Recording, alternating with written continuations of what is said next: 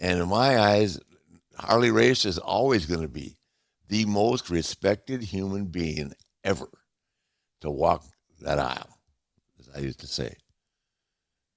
He was the world champion 24 hours. Picture Ric Flair at 77. No robe, no spotlight, no crowds screaming his name. Just a man with deep lines around his eyes and a voice that carries the weight of every city he ever wrestled in. He's been called the greatest of all time, and most people won't argue that. In this video, we will be pulling the curtain on the 5 wrestlers Ric Flair loved the most.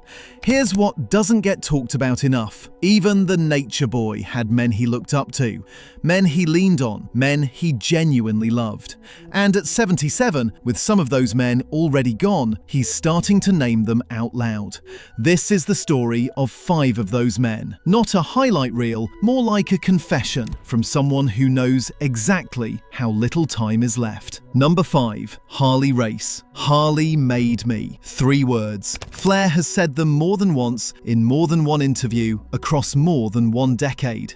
And every time he says them, he means it the same way. Not as a throwaway line, not out of politeness.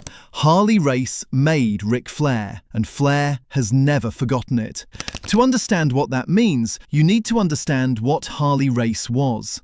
In the mid to late 1970s, Race was the NWA World Heavyweight Champion and the most physically dangerous man in professional wrestling. He wasn't dangerous in the way the word gets used loosely now. He was dangerous in the way that made promoters nervous and opponents genuinely uncertain about what they were walking into. Race was hard as concrete. He worked stiff, he worked real, and he had no interest in carrying anyone who hadn't earned their place beside him. Flair was still finding himself when their paths crossed seriously. He had survived a plane crash in 1975 that broke his back and should have ended his career before it truly began. He came back from that and rebuilt himself. But rebuilt isn't the same as defined. Race was the man who defined him.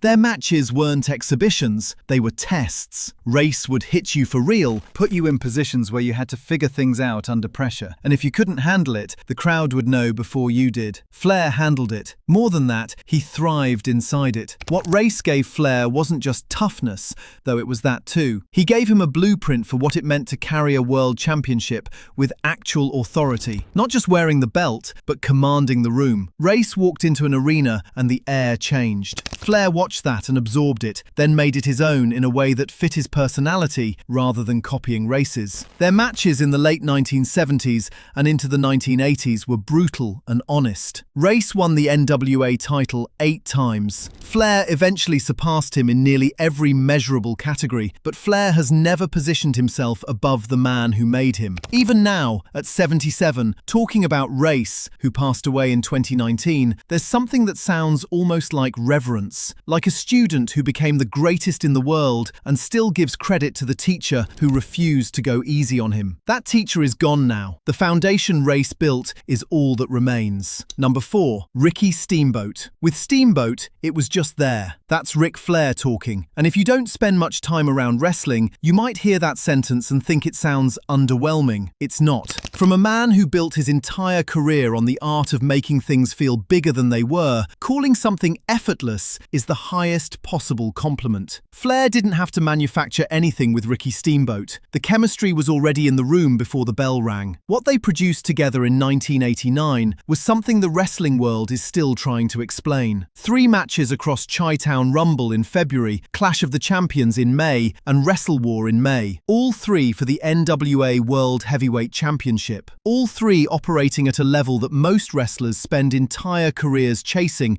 without ever getting close. Historians and journalists who cover the sport in serious terms still point to that trilogy when they want to demonstrate what long-form in-ring storytelling actually looks like.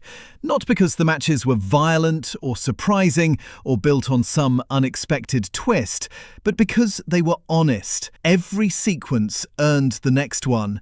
every moment of drama came from somewhere real. Here's what made it so rare. Flair and Steamboat were almost opposite personalities as performers. Flair was theatrical, manipulative, always working the audience, even when the audience thought they were just watching a wrestling match. Steamboat was clean, classical. He wrestled with a kind of discipline that looked almost architectural when you study it closely. Those two approaches should have cancelled each other out. Instead, they produced a friction that made both men look better than either could have looked alone. The villain who cheated to survive against the hero who refused to stop coming. The crowd understood it instinctively because it felt true. What Flair says about Steamboat now, decades removed from those nights, sounds different from how he talks about most people. It's quieter, almost careful, the way a painter might talk about a rival who showed him something he didn't know his own hands were capable of. Flair spent his career convincing the world he was the best. With Steamboat, he's never tried to argue the point. He just talks about how good it was when they were in the same ring together, and lets that be enough. At 77, looking back across a career that included matches with nearly every significant name in the history of the business, Flair still returns to Steamboat when the conversation turns to the purest form of what wrestling can be. Not the loudest, not the most profitable, just the truest.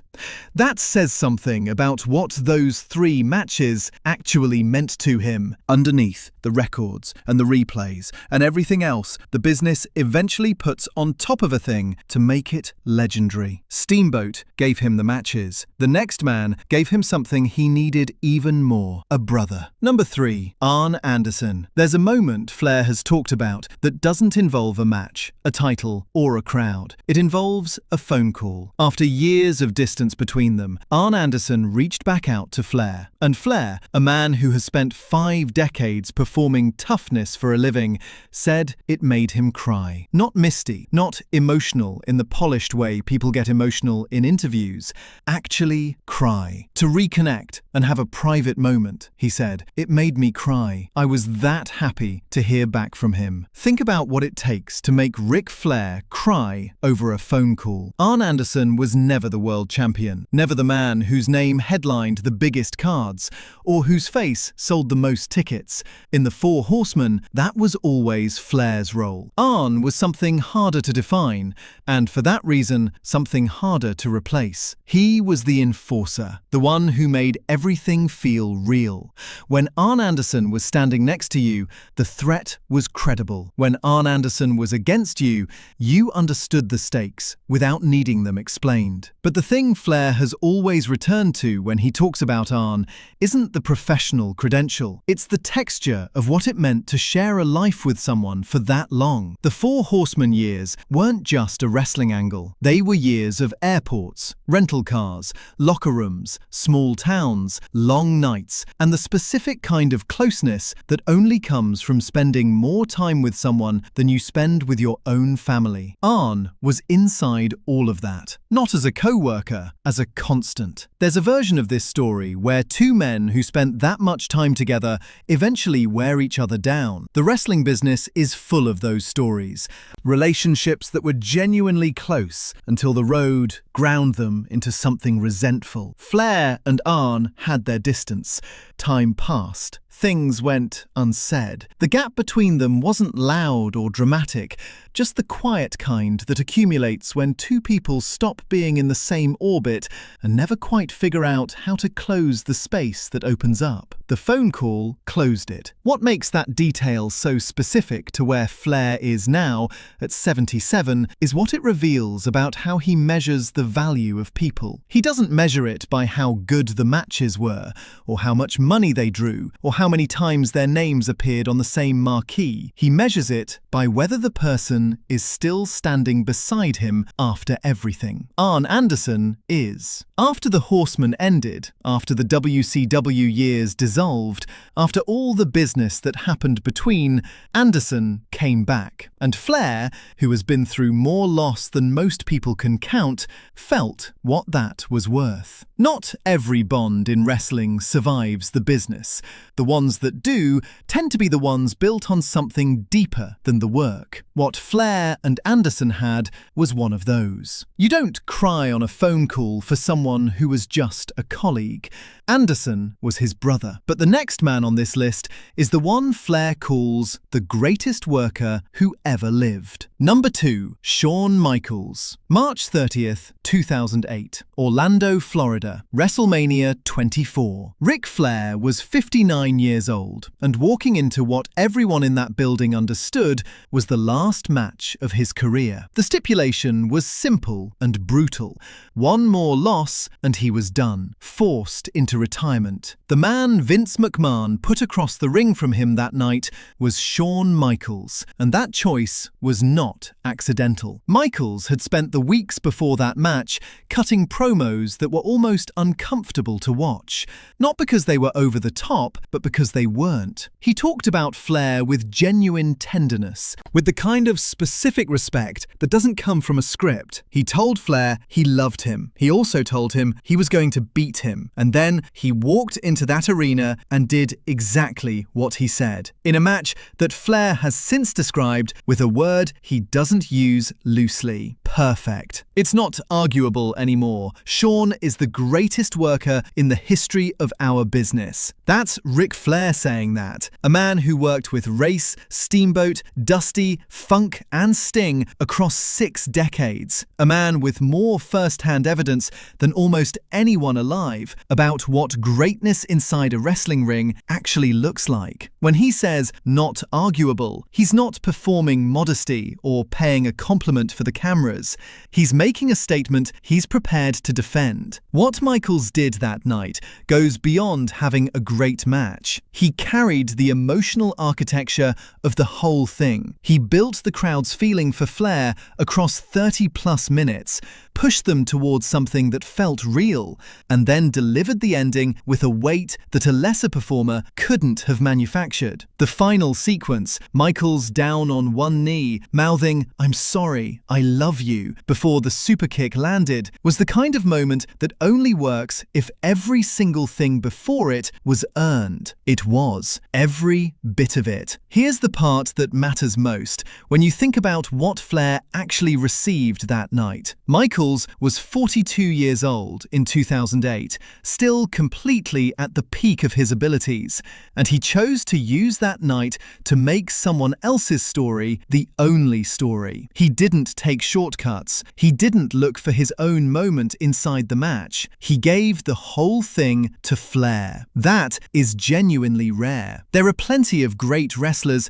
who would not have done that. Michaels did it without hesitation. At 77, looking back at a career built on accumulation, more titles, more cities, more years, more promos, Flair talks about that WrestleMania night differently than he talks about almost anything else. It doesn't sound like a memory of triumph. It sounds like a memory of being taken care of. There's a specific gratitude in his voice when Michaels comes up, the kind you feel towards someone who gave you something you couldn't have reached alone. A dignified ending. In wrestling, that's not guaranteed to anyone. Michaels made sure Flair got one. Michaels gave him the perfect ending, but only one man gave him 20 years of the best nights of his career. Number 1, Dusty Rhodes. Back then, it was Dusty Rhodes. The dream was something else, and we drew money wrestling each other for 20 years. Flair has said a lot of things across a lot of decades. He's a man built for talking, always has been. But that sentence lands differently from everything else. Not because of the compliment inside it, but because of the simplicity. No flourish, no performance. Just a man telling you who mattered and for how long. Dusty Rhodes was the American dream, the son of a plumber, he always said, who grew up to sell out arenas from Atlanta to Charlotte to Dallas on nothing but the force of who he was. Where Flair was silk robes and private jets and a character designed to make you feel like you could never touch him, Dusty was the opposite of all of it. He talked like your neighbor. He moved like someone who had been in a real fight. He wore polka dots and made them feel like defiance. Crowds didn't just cheer for Dusty Rhodes, they believed in him. They saw something of themselves in him. And that belief, that genuine human connection from the seats to the ring, made him the most dangerous possible opponent for everything Ric Flair represented. That's what made the rivalry work for 20 years. Not just the matches, not just the booking, but the fact that the contrast was real. The wealthy villain against the working man's hero wasn't a story someone wrote in a back office. It was the truth of who both men actually were, translated into the language of the ring. Crowds in the American South poured into buildings week after week because they needed to see whether the dream could finally take it from the nature boy. Sometimes he did, sometimes he didn't. Either way, they came back for the next chapter. That kind of loyalty is almost impossible to manufacture. Flair and Dusty didn't manufacture it. They just showed up, night after night, and gave people something worth believing in. But here's the thing about 20 years of rivalry. You spend enough time across the ring from someone, enough nights in the same towns, enough years inside the same story, and the line between rivalry and friendship stops meaning anything. Flair visited Dusty before he passed in 2015, sat with him, said goodbye in the way that you only say goodbye to someone when you know it's final. That's not something you do out of professional courtesy, that's something you do because the person on the other side of the room is woven into the fabric of your actual life, not just your career. Dusty was everything Flair pretended to scorn: imperfect, emotional, unpolished, proudly ordinary. And Flair loved him for every bit of it. That love is visible in how quietly Flair speaks about him now. None of the showmanship, none of the deflection, just the truth of a man who is gone and cannot be replaced. At 77, Flair is the last one standing from a world that no longer exists. Harley Race is gone. Dusty is gone. Terry Funk is gone. The territories are gone. The whole era that built him has dissolved into footage and memory and the names of men who are now mostly absent. Every time Flair says those names out loud, he's not reminiscing. He's accounting for what he still carries and who he carries it for. The Nature Boy's legacy. There's a version of Ric Flair's story that gets told a lot. The 16 titles, the robes that cost more than most people's cars, the promos that made grown men feel small, the woo that became so embedded in the cultural memory of professional wrestling that it outlived the arenas it was first heard in, outlived the promotions, outlived most of the men who stood across the ring when it rang out. That version of the story is true, every word of it, but it's also incomplete in a way that becomes more visible the older Flair gets. The version that's harder to tell, and the one that matters more at 77, is the one built around the 5 names we've just walked through. Because those names don't show up much in the championship records. They don't appear in the clips that go viral when someone wants to remind the internet why Ric Flair is who he is. They live in a different part of the story, the part where the character ends and the man begins. Richard Flair grew up without his biological parents. He was adopted, raised in a household that gave him stability and opportunity. But the question of who you are, at the root level, before the reinvention, before the persona, is one that never fully stops asking itself. What wrestling gave Flair, beyond the titles and the money and the fame, was a second family, built out of shared work and shared hardship. Race, Steamboat, Anderson, Michaels, Rhodes. 5 different men, 5 different relationships, 5 different answers to the question of what another person can actually give you if you let them close enough. That's not how wrestlers usually talk about their careers.